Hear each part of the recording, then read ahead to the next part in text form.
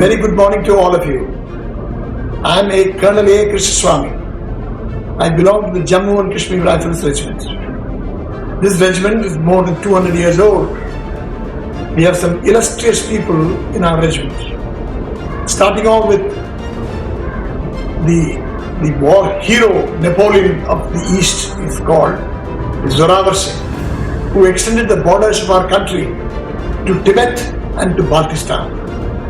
And in the 2000-year Kargil war, the national icon Batra, Captain Batra said, "Hum dil mange more," which has become a prayer song for everybody.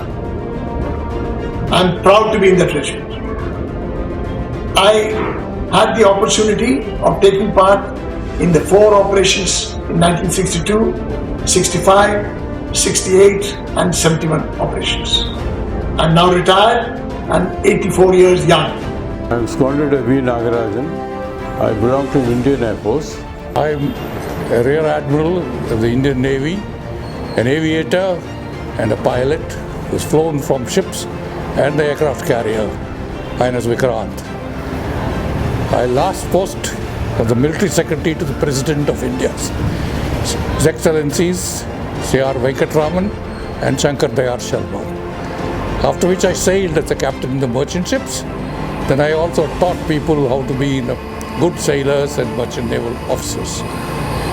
My family history, my grandfather was a Diwan Bahadur Paramkrishnan Naidu, the only Indian to be Commissioner of Police of the Madras Police during the British days, after which only after independence the next commissioner came up.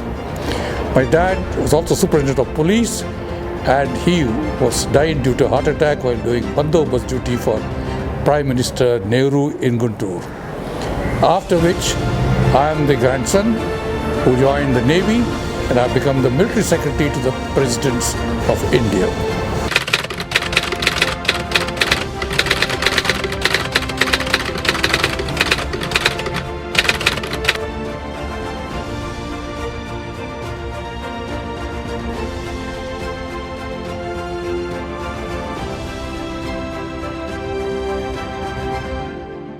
To take part in the 1971 operations against Bangladesh. It's a God-given opportunity. I would say that all the training that we did prior to the operations came in very handy. We did not go head on, but we went behind the enemy lines. And I ambushed the enemy when we least expected it.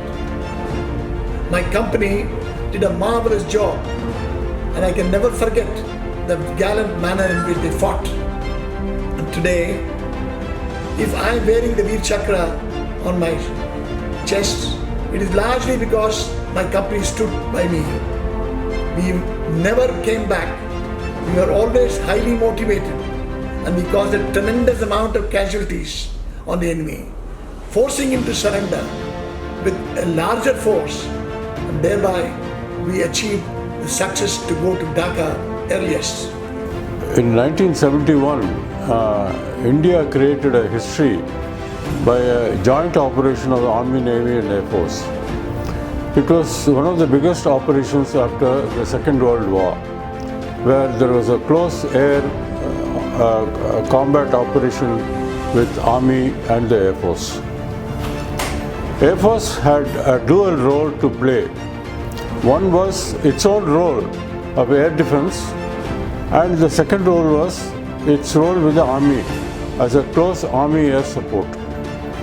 In the close Army air support, there are very many aspects. The first aspect was ground attack of the enemy troops with the air cover of MiG aeroplanes giving cover to the ground attack aeroplane.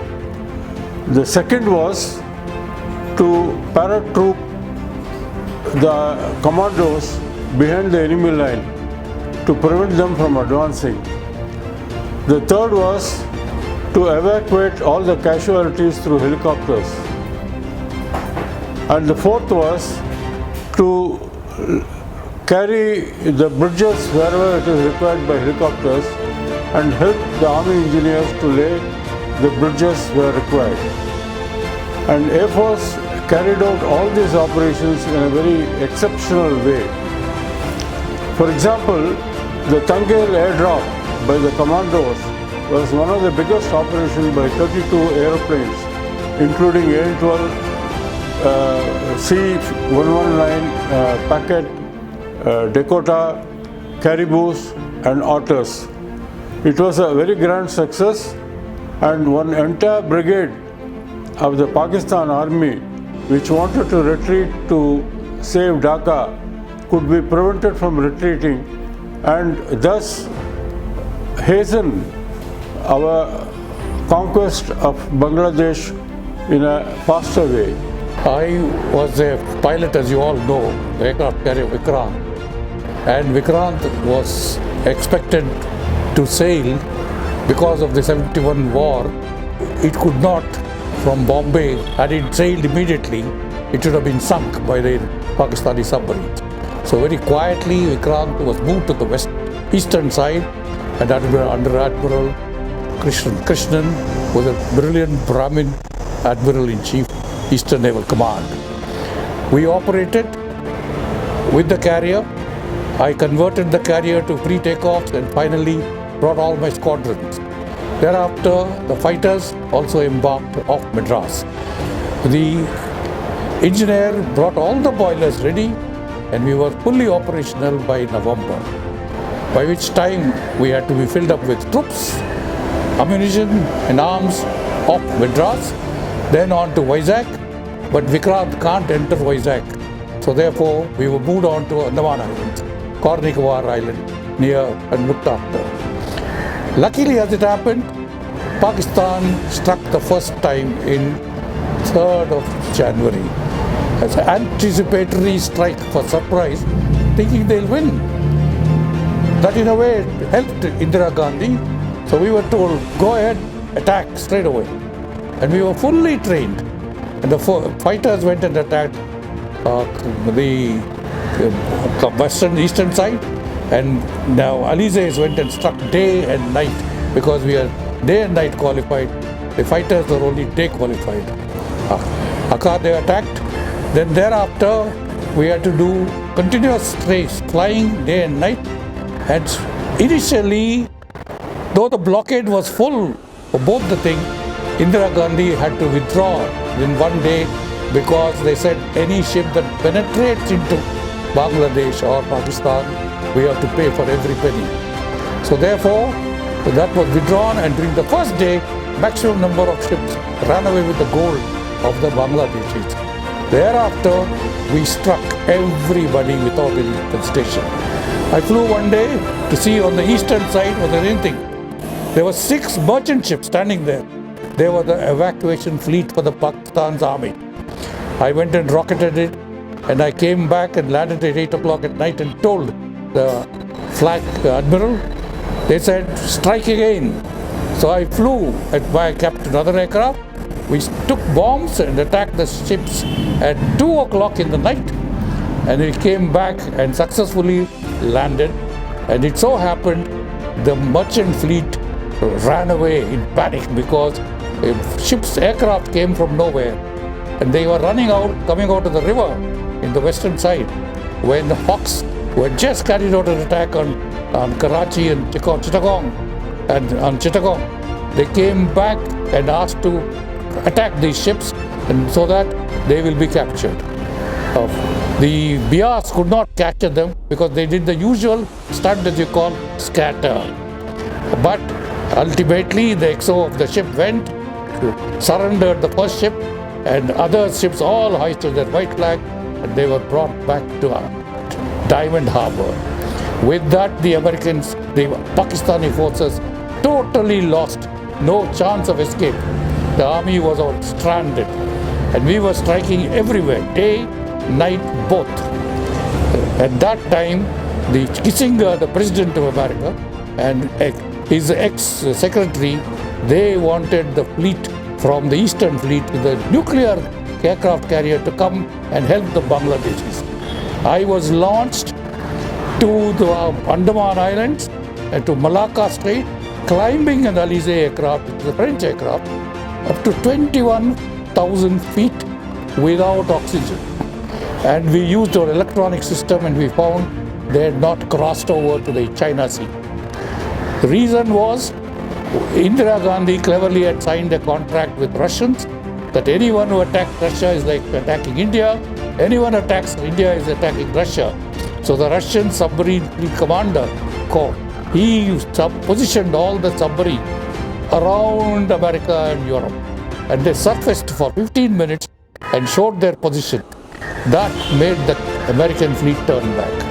And we could succeed in no time and make the Pakistanis surrender in 13 days with all their weapons and everything. That is the achievement never done before. It's been done first time. That's the celebrations, Golden Jubilee year, in fact 71 war.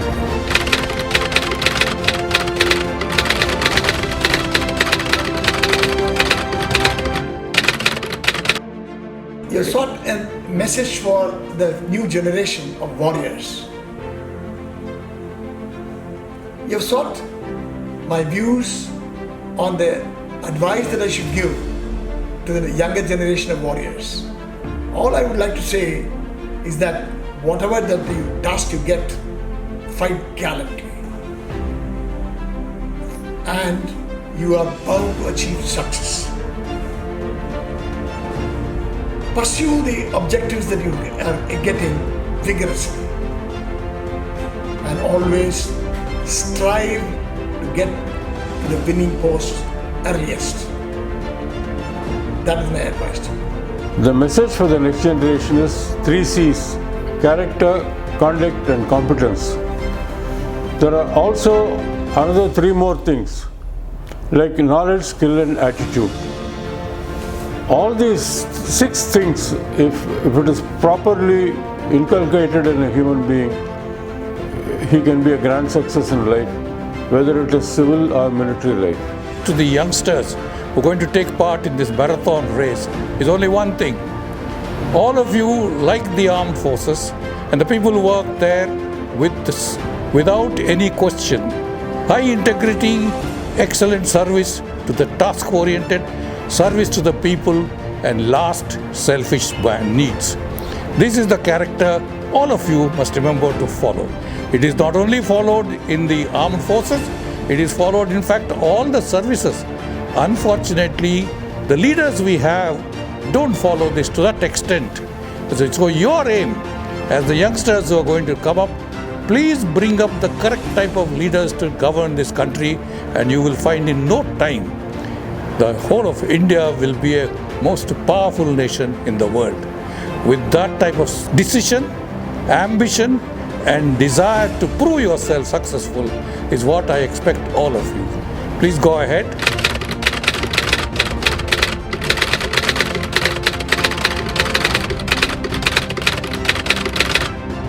Dakshin Bharat area has organized this Swarnim Vijay Run and to commemorate the glory of the Indian Army that it achieved 50 years ago when we created history by creating a new nation called Bangladesh.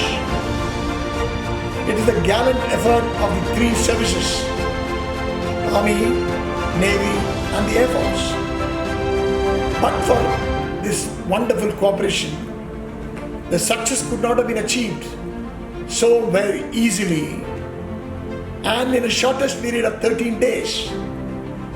It is history that has made, and to commemorate this event and to celebrate it, this is the first of the events that has been organized by Dakshin Bharat area. My compliments to them. God bless. I wish all the success for the organizers of Swarnim Vijay Run, which is being organized, and all the best for everybody. Jai Hind.